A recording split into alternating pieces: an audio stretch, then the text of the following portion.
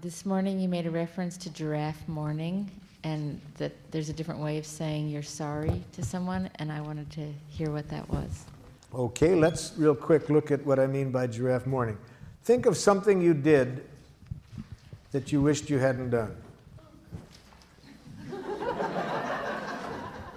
And identify, recall as best you can how you talked to yourself when you said it, or did it, whatever you did. So, what did you do that you wished you hadn't done after you had done it? And give me a sample of what you said to yourself when you did it. You have one in mind?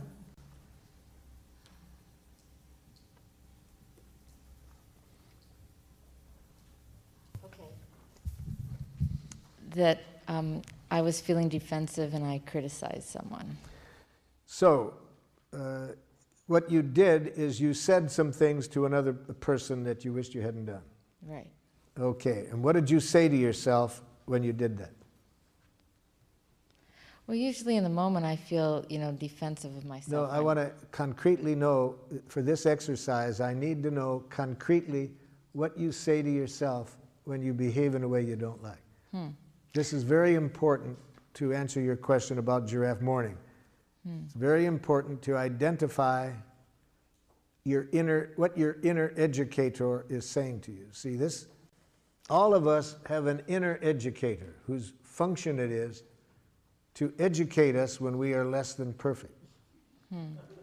Now, most of us made the mistake of sending our inner educator off to a brutal jackal academy for inner educators. And so it's important to be conscious of how our inner educator talks to us. So that's what I'm asking you. When you said what you did to your husband, what did your inner educator, how did your inner educator try to educate you? It said what to you about what you had done? In the moment or later? Either one. Well, the point when I start to feel regret or sorry is later. Which at any point, what did you say to yourself about what you had done? Okay. I said, I'm a bad person. Now that's enough, you see. See, your inner educator tries to educate you through penitence, through making you hate yourself for what you've done. It uses language that implies there's such a thing as a bad person. All right. Now, if you apologize out of that energy, that's jackal. Any apology that comes out of thinking you did something wrong is not going to be good for you or the other person. You with me so far? Well, I know it feels bad. Yeah, it feels bad. And I really want you to feel bad in this situation, but I want you to feel a sweet bad. A sweet bad that will help you learn from this without hating yourself. When you have a thought in your head that you're a bad person, that's ugly bad. That's a punitive bad. That'll first of all make it hard to learn. And even if you do learn, it's out of self-hatred. So whatever changes you make are at great cost. So that's your inner educator. That was your inner educator speaking to you when it said you're a bad person. Now, we've been learning today that all judgments are expressions of needs, right? So your inner educator means well. It really means well. It wants you to learn from this in a way that will serve life. It means well, it's just its language that sucks. Okay? So we don't want to hear what the inner educator thinks about us. We want to hear the need that isn't getting met, that it's trying to call to our attention. So what need is your inner educator trying to bring to your attention that you didn't meet by how you behaved?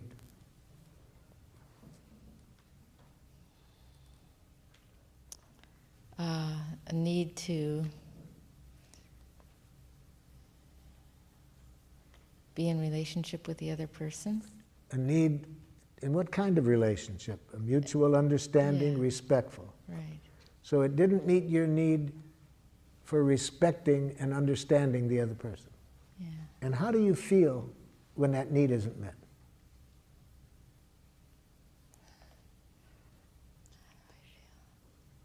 Guilty. then you still got the bad person image in mind. See? Yeah. If you still think you're bad, if there's any thinking still going on, that guilt comes from the judgment. Well, I feel separate and isolated. But how do you feel? What emotion do you feel about not meeting your own needs for understanding and respecting? See, the guilt comes from that image of a bad person, but what feeling comes from not meeting your need to respond to this person with respect and understanding? Sad? That's a sweet pain. See? That's giraffe mourning. So if you say to the person, you know, the way I talk to you, I feel really sad. It doesn't meet my need for respecting you and understanding you. You see, there's no image in there that I'm a bad person. I'm sad. I didn't meet my own need for respecting and understanding you. Check with the other person what they'd rather hear. Whether they'd rather hear the giraffe mourning or the apology that you're a bad person. So it's not just that I don't say I'm sorry, I say I'm sad. If I'm sad. See, the word I'm sorry means almost nothing. People can say that and not feel anything. You say that to buy forgiveness. So if I'm feeling sad, I say that. I'm feeling sad. I would have liked to have been more aware of your needs, for example, where I didn't take the person's needs into consideration. But I don't say, I'm sorry, that was inconsiderate of me. There's no self-blame. I didn't do anything wrong. There is no such thing as doing anything wrong. What I did was not in harmony with my needs. I want to mourn that. I'm sad. I would have liked to have been more aware of your needs. I have a situation with my intimate partner that many times we get together and we argue a lot. And I have this need that you were saying earlier is inappropriate, that I want her to be happy. And I didn't say it was inappropriate. I said it was undoable. Okay, right. That's what she keeps telling me. But if you're going to tell me to be happy, tell me the action to get there. That I can do. If you tell me an action that you predict that if I do that, I'll be happy at the end, it would be helpful. Tell me the action. Don't just tell me be happy. Don't tell me to have confidence in myself. Tell me what you would like me to do to feel that confidence. The action will get me there, but just telling me what to feel puts me into a paradoxical bind. okay. Well, one of the other things would be when we get together, I don't necessarily want to be going somewhere with her if she's not in a good mood at that time, or if there's some kind of tenseness or then something. empathize with why I'm not in a good mood and I'll be in one. But telling me that I got to be in a better mood for you to want to go with me gets me in a worse mood. Okay.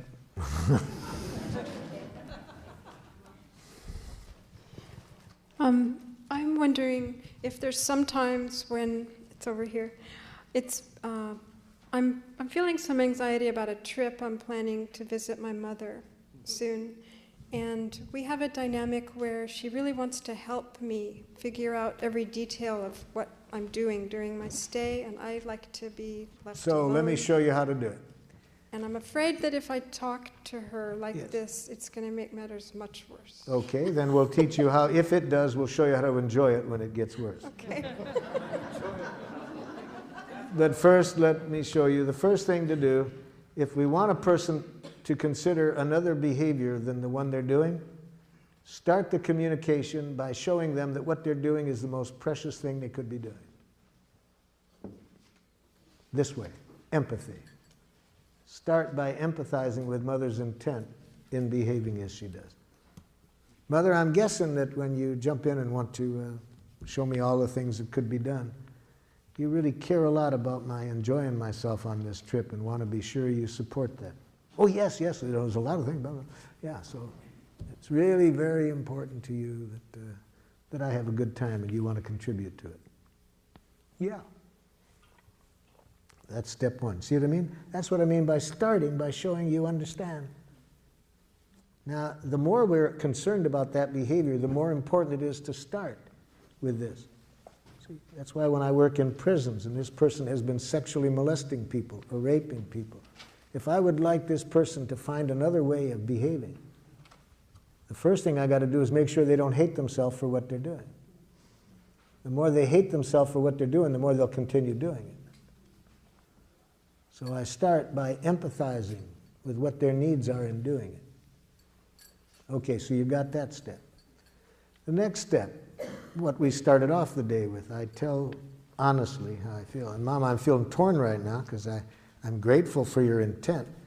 But I really have a need to kind of make my own choices here because I think it'd be very hard for anybody else to really know what I need, and I need this space to figure it out for myself. So would you tell me what you heard me say, Mother, so I can see if I'm making myself clear?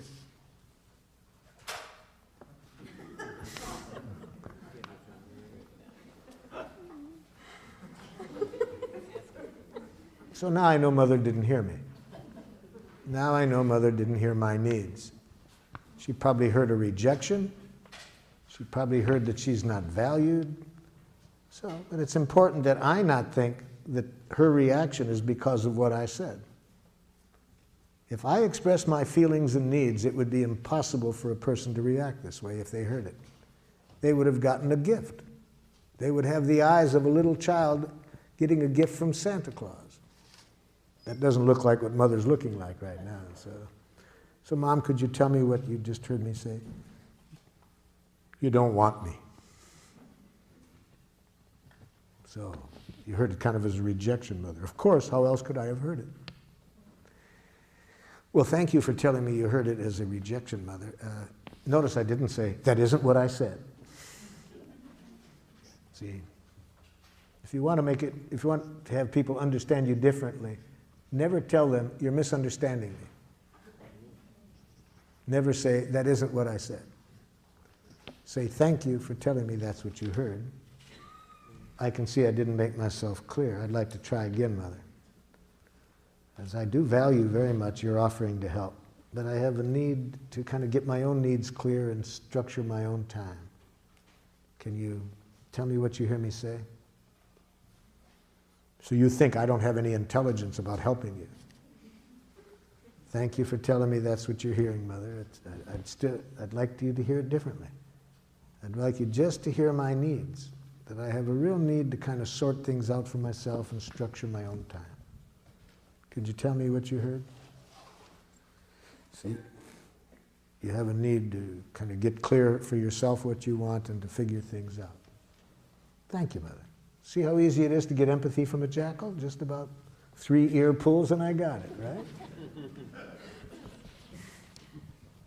Now there are some 8-pull jackals too, I know that. But I can tell from how sweet you are, your mother is a 3-pull jackal. Thank you. Maybe a 4. Yes. You mentioned earlier this morning about enjoying suffering. Could you Yes. elaborate on Oh that? yes, that's very important. Thanks you for bringing back to me about it. Okay, a friend of yours says this to you. I'm a nothing.